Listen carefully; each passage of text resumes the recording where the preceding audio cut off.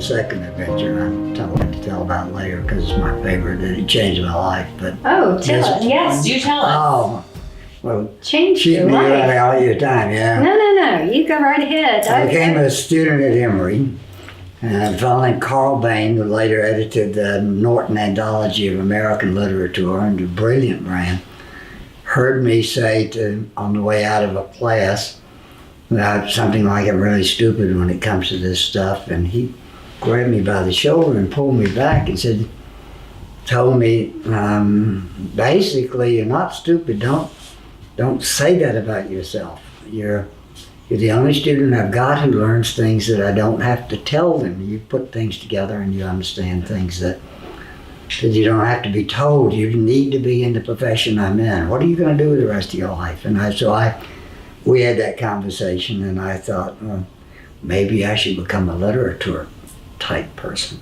I don't know whether I thought about being a writer so much as an English teacher. And I took a course as soon as I could, a senior course. I was a sophomore at the time, a senior level course on the American novel from a very well-known American novel critic. I'm trying to remember his name.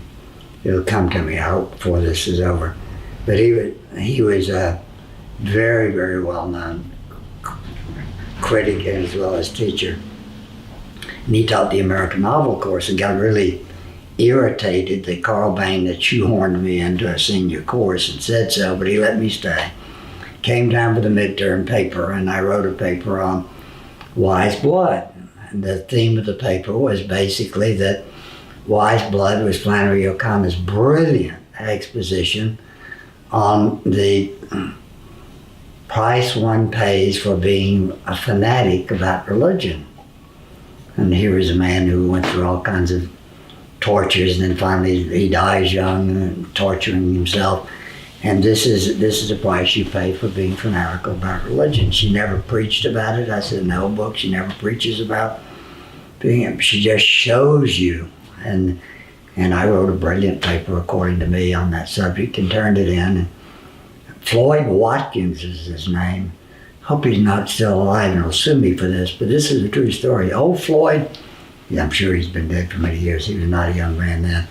Old Floyd graded that paper. And shortly after that, Flannery came to Emory, spoke in the morning to the theology school and also to the graduate students in English. And then in the afternoon, by that time she was 37 or 38 years old. It was 1962, and she was to die soon after. She was in terrible condition. She looked like she was many decades older than that, but she was, as always, graceful and as always reasonably upbeat and calm and peaceful. And she sat in a wheelchair under a big oak tree on the Emory Quadrangle, and there was a semicircle of people around her. Thomas Altizer, the Death of God philosopher, and Floyd Watkins was on the other side.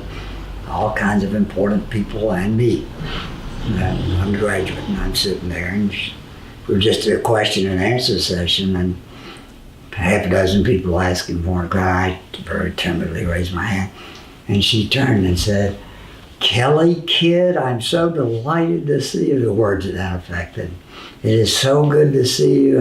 And I said, warm, positive, enthusiastic. Everybody's going, who the hell is this guy? You know, that I'm nobody compared to all these important people, but now all of a sudden I'm really special.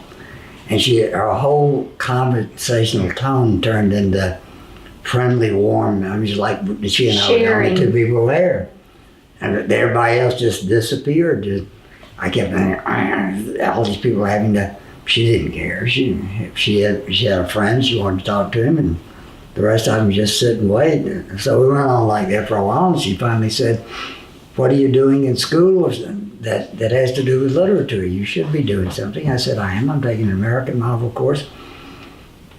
And I wrote a paper about Wise Blood. She said, "Did you really? Could you tell me what you said in that paper?" And I said, "Well, I can tell you the basic idea." And I told her what I just finished telling you. And she said, "That's fascinating. That's fascinating. Do you mind if I ask you would you mind telling us what grade you got in the paper? I said, no. Well, that was the question I've been fishing for the whole time. I said, yes, ma'am. I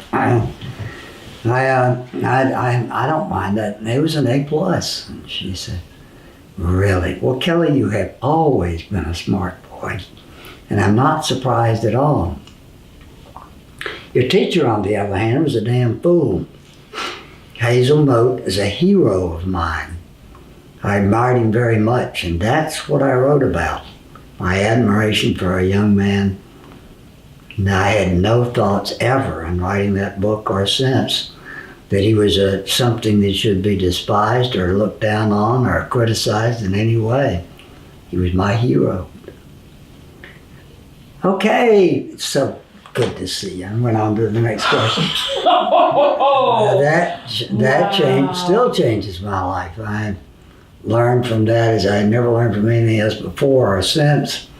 The lesson that, one, I'm no good at reading other people. I can't tell you what the other person's thinking and feeling, no matter how smart I think I am. Carl Bain was mistaken. I do put together things I haven't been told, but I don't read other people's souls. They need to try to tell me about it. That's one. Two is that there's no such thing, according to Flannery, apparently, as taking religion too seriously. And when I was dying of drinking myself to death, the only thing, and Robert's had to hear this over and over again, the only thing that kept me together some days was I would read her letters, The Habit of Being, and remember, here was a woman who was in much worse condition than I was. I mean, I didn't have any idea how bad a condition I was in, but I knew I was in bad condition.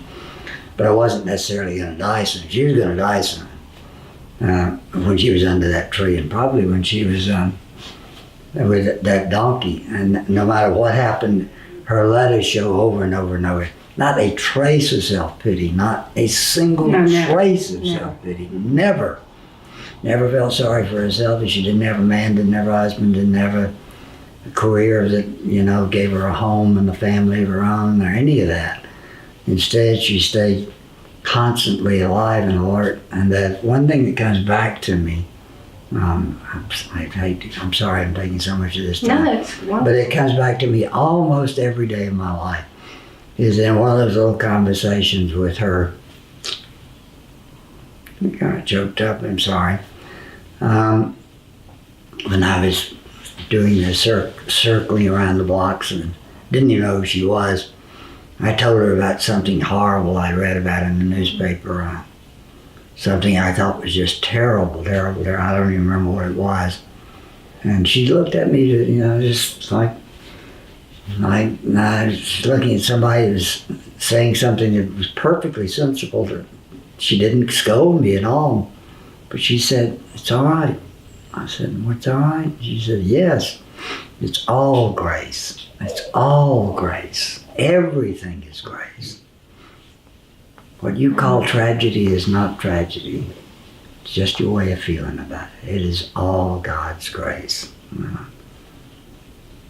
She's crazy, but I think about that almost every day. Whenever I think, talking up with my friend about having a good day and a bad day, I really learned from Flannery O'Connor, I'm in no position to judge good and bad days. If I remember what she said, it's all grace. There's no such thing as terrible. It may look like, it may feel like sad and tragic or great and wonderful, but it is all God's grace, every bit of it. Life itself is. That's enough out of me. I'm sorry. No, it's wonderful, and it gives tremendous insight into the very fabric of her being.